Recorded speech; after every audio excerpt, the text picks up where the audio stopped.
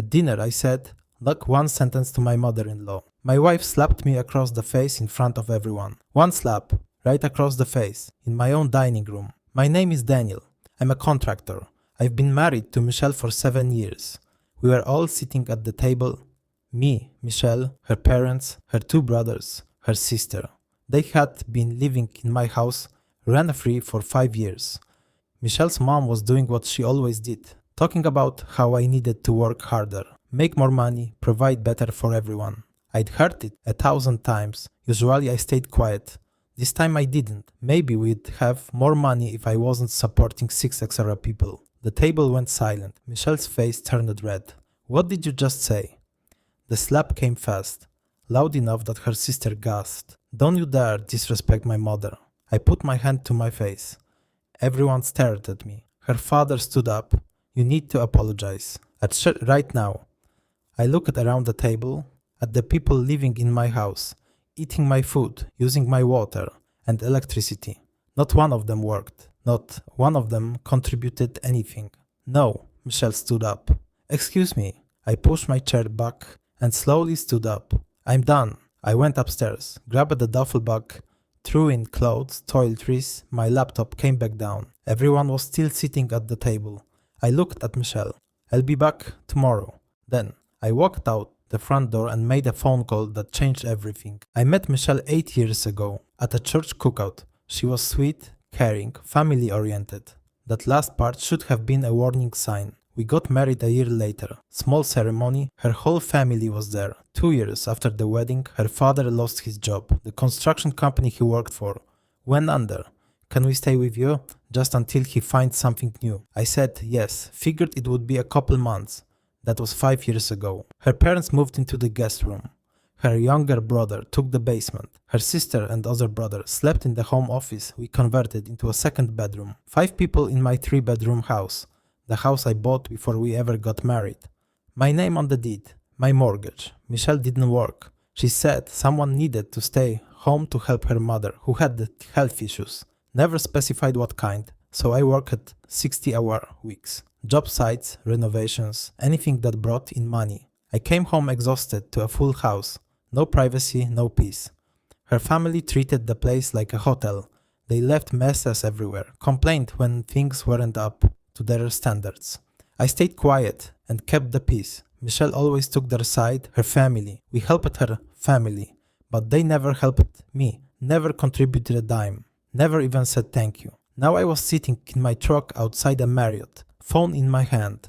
I made the call I should have made years ago. My attorney, Steve Patterson. "Steve, it's Daniel. I need to file for divorce tonight." Steve met me at his office at 9 p.m. He owed me a favor. I'd renovated his kitchen at cost the year before. "What happened?" I told him everything. The slap, the years of disrespect, 5 years of people living on my dime. He listened and took notes. "The house is only in your name?" "Yes, bought it 2 years before we married." "Joint accounts, 1 checking account, maybe 3,000 in it." "Assets acquired during the marriage?" "Nothing significant, furniture maybe." He leaned back. "Daniel, you've got a clean split here. The house is yours, no kids, minimal shared assets. How fast can we move?" "I can file first thing tomorrow morning, but I'm concerned about the family living there. Legally, they're considered tenants now, even without a lease." "What does that mean?" "You can't just throw them out. You have to give them proper notice. 30 days in this state." My jaw tightened. 30 days, unless they leave voluntarily. "They won't." Steve thought for a moment. "There might be another way. Since the house is solely in your name and they're not paying rent, once you file for divorce, you're under no legal obligation to keep paying utilities for people who aren't on the debt or any lease agreement. Is that legal?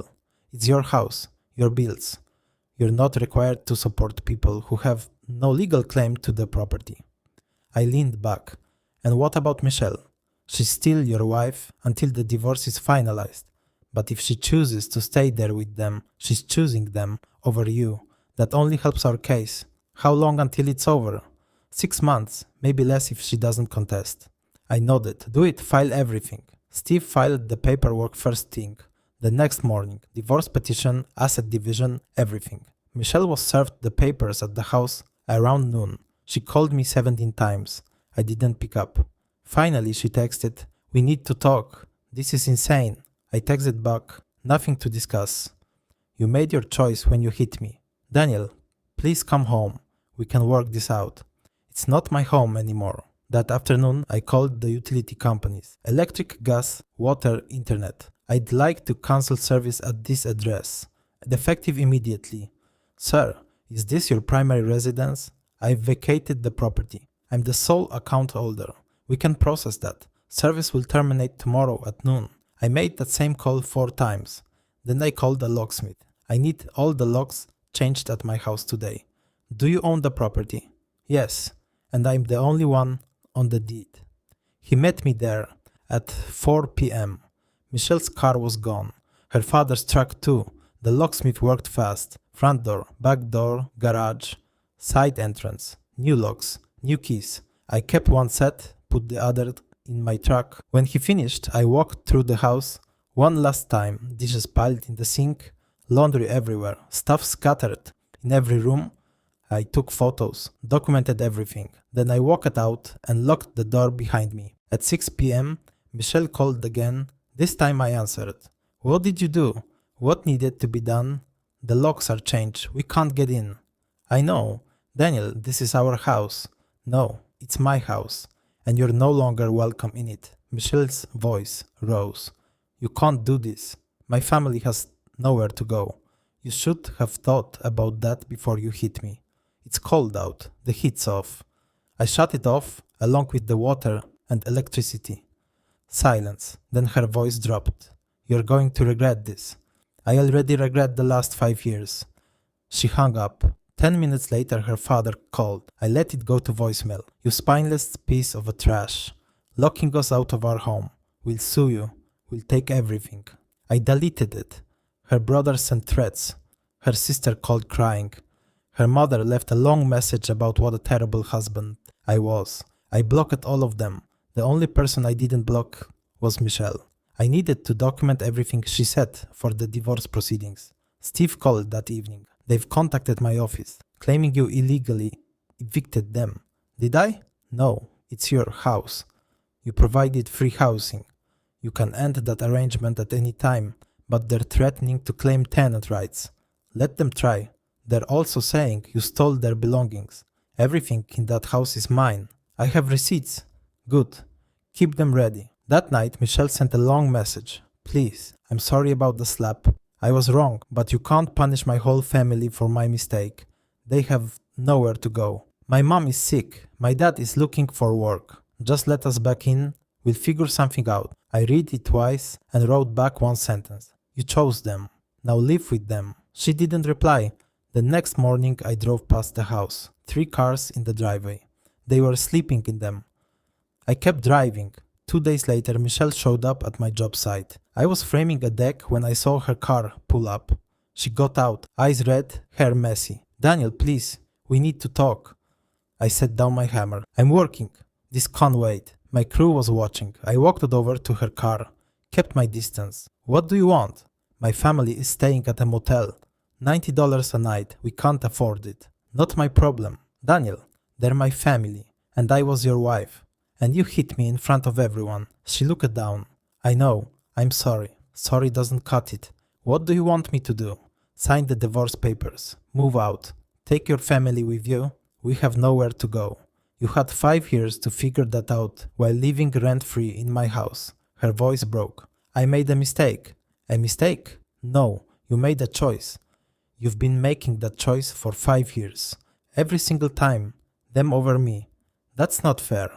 What's not fair is working yourself into the ground for people who don't respect you." She wiped her eyes. "If I sign, will you let us stay for 1 month so we can find something?" I looked at her, really looked at her. 5 years. 5 years of being treated like an ATM. "No, Michelle. The answer is no. The house stays locked. You stay out. This is final." She started crying harder. "Please, but my mother. Your mother should have raised you better." I walked back to my crew. Didn't look back. Michelle's family tried everything over the next 2 weeks. Her father showed up at my job site and had to be escorted out by security after he started screaming. "Darian, Her brother posted on Facebook calling me abusive, saying I'd thrown a disabled woman and her family out on the street. It went semi-viral in our town. I got messages from people I barely knew. But then my friends responded, people who had watched me support this family for years and knew the truth. The narrative shifted. One of my crew members posted, Daniel fed this family for 5 years while they did nothing. He's the most decent man I know. They're lucky he's not billing them for back rent. The comments turned. People started asking why none of Michelle's family had worked. Why they had spent half a decade living off one man. Michelle deleted her social media accounts. Her sister got a job at a grocery store. Her brother moved back in with his ex-girlfriend. Her parents found an affordable apartment across town. Michelle finally signed the divorce papers. She met me at Steve's office. Wouldn't look at me. You destroy my family, she said quietly.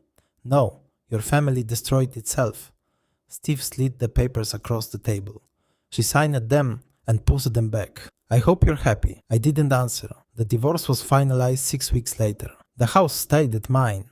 No alimony, clean break. I changed every lock code, repainted, cleared out their belongings, sold most of it, donated the rest. The house felt bigger, quieter, empty in a good way.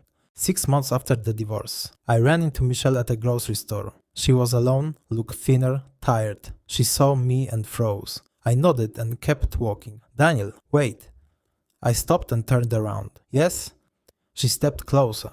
I need to tell you something, she paused. My family, they don't talk to me anymore. I didn't respond. After the divorce, after everything fell apart, they blamed me, said I should have kept you happy, should have controlled you better. Her voice trembled.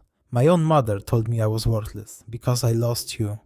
I'm sorry to hear that. Are you? Really? I thought about it for a moment. Yeah, actually, nobody deserves that. She wiped her eyes. Now I see it clearly. What they were, what I let them turn me into. You put up with a lot from them too. I know, she looked at me, for what it's worth. You are right about everything. I always chose them over you, and I'm sorry. I nodded. I appreciate you saying that. Does it change anything? No, she smiled sadly. I thought so. I started to walk away. Daniel, I turned it one more time. Are you happy now? I thought about my quiet house, my peaceful mornings, nobody asking anything of me. Yeah, I am. Good, you deserve it. I heard Darren. I watched her walk to her car. Part of me felt sorry for her, but the bigger part of me just felt free. I went home that evening, sat on my porch, drank a beer. In the silence, my house, my peace, my life, accountable to no one but myself. And for the first time in 7 years, that felt exactly right.